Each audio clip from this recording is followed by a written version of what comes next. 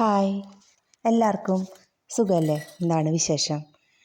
ഞാനിന്ന് ചെറിയൊരു വ്ളോഗായിട്ടാണ് വന്നിട്ടുള്ളത്.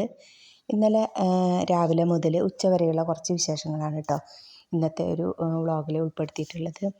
നിങ്ങൾക്കെല്ലാവർക്കും ഇഷ്ടപ്പെടുമെന്ന് വിചാരിക്കുന്നു. ഇഷ്ടപ്പെടുകയാണെങ്കിൽ മാത്രം ലൈക്ക് ചെയ്യാനും കമൻറ്റ് ചെയ്യാനൊന്നും ആരും മറക്കരുത്. ഇനിയും സബ്സ്ക്രൈബ് ചെയ്യാതെ കാണുന്ന കൂട്ടുകാരൊക്കെ ഉണ്ടെങ്കിൽ പ്ലീസ് ഒന്ന് സബ്സ്ക്രൈബ് ചെയ്ത് സപ്പോർട്ട് ചെയ്ത് നിൽക്കണേ. അപ്പോൾ മഴക്കാറൊക്കെ ഉണ്ട്, തുലാവർഷം തുടങ്ങിയിട്ടുണ്ടല്ലോ. അപ്പോൾ പകലൊക്കെ ഇങ്ങനെ ചിലപ്പോൾ മഴക്കാറുണ്ടാവും, ചിലപ്പോൾ വെയിലുണ്ടാവും. രാത്രിയിലാണെങ്കിൽ നല്ല ഇടിയും മഴയൊക്കെ ആവും കേട്ടോ. അപ്പോൾ ഇന്നലെ രാവിലെയും മഴക്കാറുണ്ട്, അതുകൊണ്ട് തന്നെ അടുക്കളയിലൊന്നും വലിയ വെളിച്ചമില്ല കേട്ടോ. ലൈറ്റ് ഇട്ടിട്ടുണ്ട്, എന്നാലും വെളിച്ചമൊക്കെ കുറവാണ്. അപ്പോൾ ഞാൻ ഇന്നലെ പുട്ടാണ് കേട്ടോ ഉണ്ടാക്കിയത്.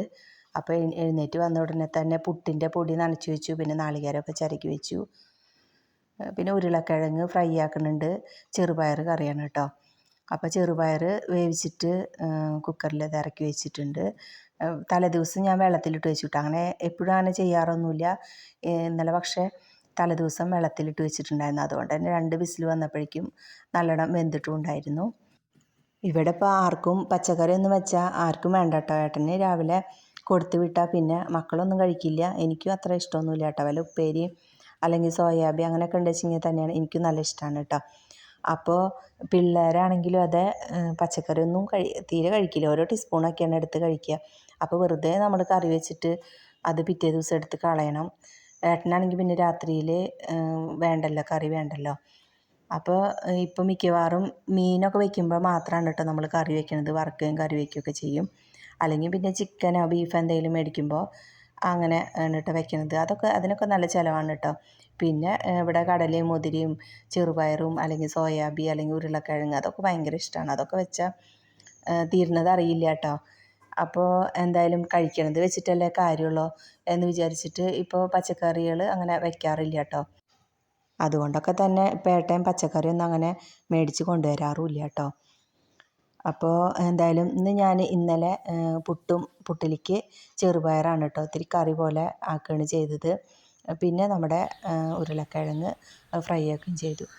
അപ്പോൾ ചെറുപയർ വേവിച്ചിട്ട് ഇറക്കി വെച്ചിട്ടുണ്ടായിരുന്നു. അപ്പോഴാണ് കേട്ടോ കാച്ചണ സമയത്ത് വേപ്പിൻ്റെ ഇല കഴിഞ്ഞിട്ടുണ്ടായിരുന്നു. അപ്പോൾ ഞാനത് പൊട്ടിച്ചിട്ട് വരികയാണ് കേട്ടോ. നമ്മുടെ വേപ്പ് ഇപ്പോൾ 3 ഉണ്ടല്ലോ, അതിൽ ഒന്നിനൊരു കേട് പോലെയൊക്കെ ആയിട്ട് കുറേ കൊമ്പൊക്കെ വെട്ടിക്കളഞ്ഞു കേട്ടോ. ഇപ്പോൾ മഴയൊക്കെ പെയ്തപ്പോൾ ഒന്നും കൂടി ഇങ്ങനെ തളിർത്ത് വരുന്നുണ്ട്. കട്ട് ചെയ്തിട്ടാണ് കേട്ടോ പൊട്ടിച്ചെടുക്കാറ്. ഞാൻ കുറച്ചധികം ഇല പൊട്ടിച്ചിട്ട് പിന്നെ കഴുകിയിട്ട് എടുത്ത് വയ്ക്കലാണ്. ഇതിപ്പോൾ അത്യാവശ്യമായതുകൊണ്ട് ഞാൻ വേഗം ഒരു കൊമ്പ് പൊട്ടിച്ചിട്ട് അങ്ങനെ വന്നതാണ് കേട്ടോ. ഇതന്നെ ഇപ്പോൾ 2-3 ദിവസത്തേക്കൊക്കെ ഉണ്ടാവും. ഇടുമ്പോൾ ഞാൻ നമ്മുടെ വേപ്പിൻ്റെ ഇലയൊക്കെ കുറച്ചധികം തന്നെ എല്ലാത്തിലും ഉണ്ടാവും കേട്ടോ. കുറേ അധികം ഇല പറക്കി കളയാനുണ്ടാവും. അപ്പോൾ എന്തായാലും വേപ്പിൻ്റെ ഇലയൊക്കെ പൊട്ടിച്ച് വന്ന് അത് കഴുകിയിട്ട് ഒരു പാത്രത്തിലിട്ട് വെച്ചു. അപ്പോഴേക്കും ഞാൻ ഉരുളക്കിഴങ്ങ് തോലൊക്കെ കളഞ്ഞിട്ട് ഫ്രൈ ചെയ്യാനുള്ളത് ഇങ്ങനെ നീളത്തിൽ കട്ട് ചെയ്തിട്ടാണ് കേട്ടോ ഫ്രൈ ആക്കിയത്. അപ്പോൾ കുറച്ചധികം തന്നെ എടുത്തിട്ടുണ്ടായിരുന്നു. കുട്ടികൾക്ക് കൊണ്ടുപോകാനും ഏട്ടന് കൊണ്ടുപോകാനും ഒക്കെ വേണമല്ലോ. ചാച്ചക്കുട്ടിയും ഇന്നലെ കൊണ്ടുപോയിട്ടുണ്ടായിരുന്നു.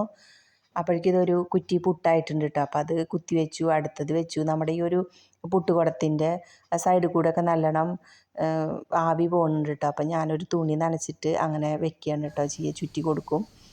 അപ്പോൾ കറക്റ്റായിട്ട് വേഗം ആയിക്കോളൂ കേട്ടോ. അല്ലെങ്കിൽ പിന്നെ അത് തീരെ അതിന് മീതെ കൂടെ ആവി വരില്ല. അപ്പോൾ ഞാൻ ആ ഒരു തുണി ആവശ്യം കഴിഞ്ഞാൽ അതങ്ങനെ തന്നെ അവിടെ എടുത്ത് വയ്ക്കും കേട്ടോ. അപ്പോഴേക്കും നമ്മുടെ ചോറിനുള്ള തീയൊക്കെ പൂട്ടി അരിയൊക്കെ ഇട്ടിട്ടുണ്ടായിരുന്നു. അരി ഇട്ട് അങ്ങോട്ട് തിരിയുമ്പോഴേക്കും വേവും കേട്ടോ. അത്രയ്ക്കുള്ളൂ, ഒന്ന് തിളച്ച് വന്നാൽ മതി. അപ്പോഴേക്കും വേവണ അരിയാണ്. അത് തീർന്നു തുടങ്ങി. ഇനിയിപ്പോൾ അടുത്തത് എങ്ങനത്തെയാണെന്ന് അറിയില്ല. അപ്പോൾ വേഗം ചോറൊക്കെ ഊറ്റി വെച്ചു. ഇത്തിരി വേവ് കൂടിയാലും പിന്നെ ഒന്നിനും പറ്റില്ല അല്ലേ ഊട്ടിയിട്ട്.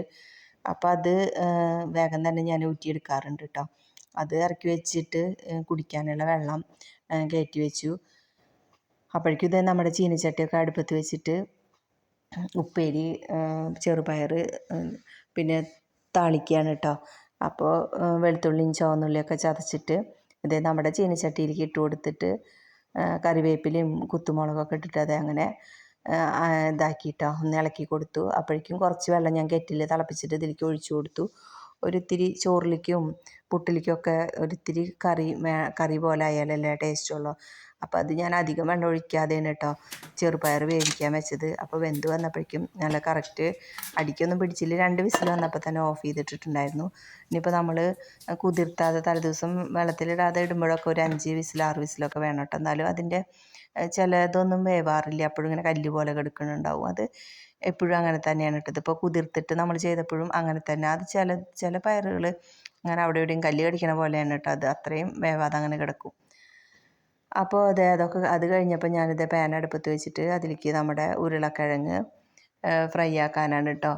ഇത് ഞാൻ ആദ്യം തന്നെ അത് കട്ട് ചെയ്തിട്ട് ഉരുളക്കിഴങ്ങ് കട്ട് ചെയ്തിട്ട് ഇത് കുറേ വീഡിയോസിൽ ഞാൻ പറഞ്ഞിട്ടുണ്ട് കേട്ടോ. മുന്നത്തെ കട്ട് ചെയ്തിട്ട് തിളച്ച വെള്ളത്തിൽ ഇട്ട് വെച്ചിട്ടുണ്ടായിരുന്നു. എന്നിട്ട് അതങ്ങനെ അടച്ചു വയ്ക്കും. അത് ഇത്തിരി കഴിഞ്ഞിട്ട് നമ്മുടെ ഈ ഉള്ളിയൊക്കെ വഴറ്റിയിട്ട് സവോളയാണ് കേട്ടോ എടുത്തത്. സവോളയൊക്കെ വഴന്നിട്ട് അതിലേക്ക് കുത്തുമുളകൊക്കെ ഇട്ടിട്ട് നമ്മുടെ ആ ഒരു എടുത്തു വെച്ചിട്ടുള്ള ഉരുളക്കിഴങ്ങുണ്ടല്ലോ അത് ഇതിലേക്ക് ഇട്ട് കൊടുക്കുകയാണ് കേട്ടോ.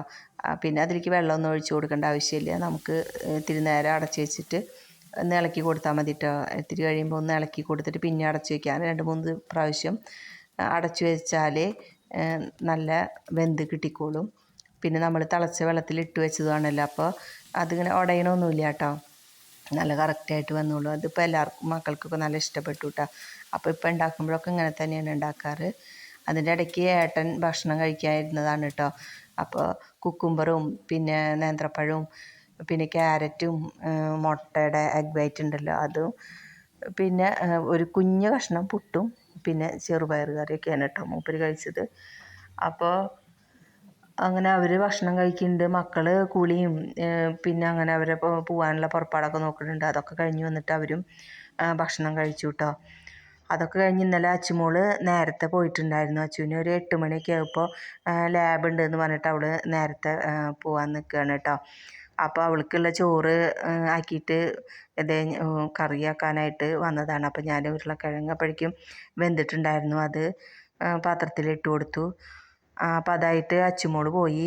പിന്നെ 8:45 ആവുന്ന സമയത്താണ് കേട്ടോ ഏട്ടൻ പോവാറ്.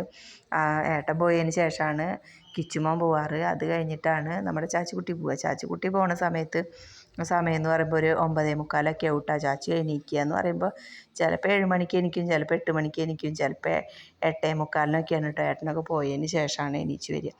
എന്താണെന്ന് വെച്ചാൽ നേരത്തെ ഉറങ്ങില്ല കേട്ടോ. ഞങ്ങളൊക്കെ എപ്പോഴാണ് ഉറങ്ങണത് അപ്പോൾ തന്നെ അവൾ ഉറങ്ങുള്ളൂ. ഇവിടെ എന്ന് പറയുമ്പോൾ നമ്മളൊരു 10 മണി ആയാലാണ് കിടക്കാൻ നോക്കുകയുള്ളൂ. പിന്നെ അവൾ അവിടെ കിടന്നിട്ട് ഇങ്ങനെ കളിച്ച് കിടക്കുന്നുണ്ടാവും കേട്ടോ. പിന്നെ ഒരു സമയത്ത് അവളും ഉറങ്ങും. അതുകൊണ്ട് തന്നെ വൈകിയാണ് എണീക്കുക. അപ്പോഴേക്കും അതൊക്കെ കഴിഞ്ഞ് എല്ലാവരും പോയിട്ടുണ്ടായിരുന്നു. അതിന് ശേഷം ഞാനിത് ഒരു താളി ഉണ്ടാക്കാനുള്ള പരിപാടിയാണ് കേട്ടോ. ഇതിപ്പോൾ കുറച്ചായി ഞാനിങ്ങനെ തേക്കണു. ഇത് തേച്ചാൽ മുടി വളരുമെന്നൊന്നും എനിക്കറിയില്ല. ഇപ്പോൾ ഒരു കൊഴിച്ചിലിന് കുറവുണ്ട് കേട്ടോ. പക്ഷേ കുറച്ച് കഴിഞ്ഞിട്ട് ഞാൻ എന്താ റിസൾട്ട് വെച്ചെങ്കിൽ പറയുന്നുണ്ട്. എൻ്റെ മുടി എന്ന് പറയുമ്പോൾ അത്ര പെട്ടെന്ന് വളരുന്ന ഒരു മുടിയൊന്നുമല്ല കേട്ടോ. ഇത് തേച്ചാൽ നമുക്ക് നല്ല കണ്ണൊന്ന് അടച്ചു കൊടുത്താൽ മതിയിട്ട് കിടന്ന് അങ്ങനെ ഉറങ്ങിക്കോളും. അത്ര സുഖമാണ്. തലയ്ക്കൊക്കെ നല്ല തണുപ്പും നല്ല സുഖമാണ് കേട്ടോ ഇത് തേച്ച ദിവസം. അപ്പോൾ ഞാൻ ഇത് ഉണ്ടാക്കുന്ന സമയത്ത് 2 പ്രാവശ്യത്തേക്കുള്ളത് ഉണ്ടാക്കി വയ്ക്കും കേട്ടോ.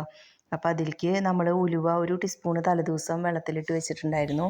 പിന്നെ 2 ചുവന്നുള്ളിയും കറ്റാർവാഴയും പിന്നെ കഞ്ഞിക്കൂർക്കയുടെ ഇല ഉണ്ടല്ലോ അത്, ചെമ്പരത്തിയുടെ പൂവും മൊട്ടും പിന്നെ എന്താണ് ഇലയും ഒക്കെ ഉണ്ടായിരുന്നു കേട്ടോ. പിന്നെ മുരിങ്ങയുടെ ഇല, പേരയുടെ ഇല എല്ലാതും ഉണ്ട് അതിൽ.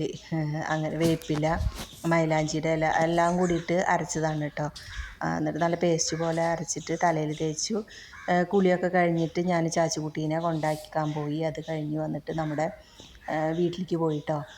അപ്പോൾ അന്ന് വൃത്തിയാക്കിയിട്ടിട്ട് നമ്മൾക്ക് വീഡിയോ എടുക്കാനൊന്നും പറ്റിയില്ല എന്ന് പറഞ്ഞില്ല. അപ്പോൾ ഞാൻ എന്തായാലും ഇന്നലെ പോയിട്ടുണ്ടായിരുന്നു. അപ്പോൾ എല്ലാം ഒന്ന് അടിച്ചു വാരി വൃത്തിയാക്കിയിട്ട് ഞാനൊന്ന് വീഡിയോ എടുത്തതാണ് കേട്ടോ. അപ്പോൾ അത് കണ്ടില്ലേ നല്ല നീറ്റായി, എന്ത് വൃത്തിയാണ്. അങ്ങനെ ആകെ കാട് മൊന്തയായിട്ട് കിടന്നിരുന്നതാണ് കേട്ടോ. അപ്പോൾ ചിലരൊക്കെ പറയാറുണ്ട് ഞങ്ങളുടെ വീട് ഓട് വീടായതുകൊണ്ടും ചാന്തിട്ടതുകൊണ്ടൊക്കെ എത്ര വൃത്തിയാക്കിയാലും വൃത്തിയാവില്ല. ടെറസ് വീടാണെങ്കിലും ടൈലൊക്കെ ഇട്ട വീടൊക്കെ വെച്ചെങ്കിൽ നമുക്ക് വൃത്തിയാക്കിയെടുക്കാൻ എളുപ്പമാണെന്നൊക്കെ പറയട്ടോ. അതങ്ങനെയൊന്നുമില്ല. നമുക്ക് എന്ത് വീടായാലും ഓട് വീടായാലും ടെറസ് വീടായാലും ഇനിയിപ്പോൾ ചാന്തിട്ട നിലമാണെങ്കിലും ചാണകമൊക്കെ തേക്കുന്ന സ്ഥലമാണെങ്കിലും നമ്മൾ വൃത്തിയാക്കി ഇടണമെന്ന് വിചാരിച്ചാൽ ഒക്കെ വൃത്തിയായി കിടന്നോളൂ കേട്ടോ. അപ്പോൾ കണ്ടില്ലേ ഇതിപ്പോൾ എങ്ങനെ കിടന്നിരുന്ന വീടാണ്. അതിപ്പോൾ നല്ല വൃത്തിയായി. നമുക്കിനിയിപ്പോൾ അതിൽ കയറി താമസിച്ചാൽ മതി, അങ്ങനെ ആയിട്ടുണ്ടായിരുന്നു. അപ്പോൾ അതൊക്കെ വെറുതെ പറയാണ് കേട്ടോ. നമ്മുടെയൊക്കെ ചെറുപ്പത്തിൽ എന്ന് പറയുമ്പോൾ ചാണം തേച്ചിട്ടുള്ള വീടുകളായിരുന്നു. എന്നിട്ടും എന്ത് ഭംഗിയിൽ സൂക്ഷിച്ചിരുന്നു അന്ന് നമ്മുടെ അമ്മമാരൊക്കെ. നമ്മുടെ വീടും പരിസരവും ഒക്കെ വൃത്തിയാക്കണം എന്നുള്ള ഒരു ആഗ്രഹവും അത് ചെയ്യാനുള്ളൊരു മനസ്സൊക്കെ നമുക്കുണ്ടെങ്കിൽ ഏത് വീടാണെങ്കിലും നമുക്ക് വൃത്തിയാക്കി എടുക്കാനായിട്ട് പറ്റും കേട്ടോ. ഇതിൻ്റെ ചുറ്റുഭാഗം നിറയെ മൊന്തയും പുല്ലും ഒക്കെ ഉണ്ടായിരുന്നു. അതൊക്കെ വൃത്തിയാക്കി ഞാനും മക്കളും ഏട്ടനും എല്ലാവരും കൂടിയപ്പോൾ അച്ഛനും കൂടിയിട്ട് ഒരു ദിവസം. അപ്പോൾ എല്ലാവരും കൂടിയപ്പോൾ വൃത്തിയാവില്ല എന്ന് വിചാരിച്ച വീടൊക്കെ നല്ല വൃത്തിയായി. ഇനിയിപ്പോൾ ഒരു 4-5 ദിവസമൊക്കെ നമ്മൾ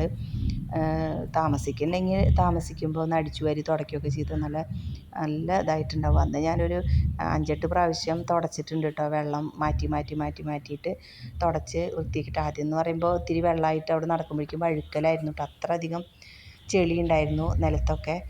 അപ്പോൾ ഒക്കെ തുടച്ച് വൃത്തിയാക്കിയപ്പോൾ കണ്ടില്ലേ ഇങ്ങനെയായി. ഇനി ഇങ്ങനെ ഡെയിലി നമ്മൾ തുടച്ചിടും മുറ്റമൊക്കെ അടിക്കുകയൊക്കെ ചെയ്യുകയാണെങ്കിൽ അതങ്ങനെ വൃത്തിയായിട്ട് കിടന്നോളൂ കേട്ടോ. പിന്നെ നമ്മളെ വീടും പരിസരമൊക്കെ ആഴ്ചയിൽ ഒരു ദിവസമെങ്കിലും നമ്മൾ മുറ്റത്തുള്ള പുല്ലൊക്കെ പറിക്കുക. അല്ലെങ്കിൽ മുറ്റടിക്കണ കൂട്ടത്തിൽ തന്നെ നമുക്ക് ആ പുല്ലൊക്കെ കാണുന്നത് അപ്പോൾ പറിച്ച് കളഞ്ഞ വലിയ ഭാരമൊന്നുമില്ല കേട്ടോ. ഇത് കുറേ അധികമായിട്ട് അങ്ങനെ കിടക്കുമ്പോഴാണ് നമുക്ക് ചെയ്യാനും തോന്നില്ല. പിന്നെ അതവിടെ കിടക്കട്ടെ എന്ന് വിചാരിച്ചിട്ട് പിന്നെ അത് അധികമാവും. പിന്നെ അത് നമ്മൾ പറിച്ചാലൊന്നും ഒതുങ്ങില്ല കേട്ടോ. അങ്ങനെയൊക്കെ ആവും. അപ്പോൾ അത് കണ്ടില്ല, ഇവിടെയൊക്കെ ആകെ കാടും മൊന്തയായിരുന്നു കേട്ടോ. ഇവിടെ ഒന്നും കാണാനേ പറ്റിയിരുന്നില്ല. അതൊക്കെയാണ് ഇപ്പോൾ ഇതിങ്ങനെ ആക്കിയിട്ടുള്ളത്. അപ്പോൾ അവിടെയൊക്കെ ചെത്തിയിട്ട് മണ്ണൊക്കെ അങ്ങനെ പരത്തിയിട്ടതാണ് കേട്ടോ ഏട്ടൻ. ഇന്നത്തെ അപ്പോൾ നമ്മുടെ വീഡിയോ ഇത്രയേ ഉള്ളൂ. നിങ്ങൾക്ക് എല്ലാവർക്കും ഇഷ്ടപ്പെട്ടു എന്ന് വിചാരിക്കുന്നു. ഇഷ്ടപ്പെടുകയാണെങ്കിൽ ആരെങ്കിലും ലൈക്ക് ചെയ്യാൻ വിട്ടിട്ടുണ്ടെങ്കിൽ പെട്ടെന്ന് തന്നെ ഒന്ന് ലൈക്ക് ചെയ്യണേ. കമൻറ്റ് ചെയ്യാനും മറക്കരുത്. പുതിയൊരു വീഡിയോ ആയിട്ട് പെട്ടെന്ന് തന്നെ വരാം. അതുവരെ എല്ലാ കൂട്ടുകാർക്കും ബായ്.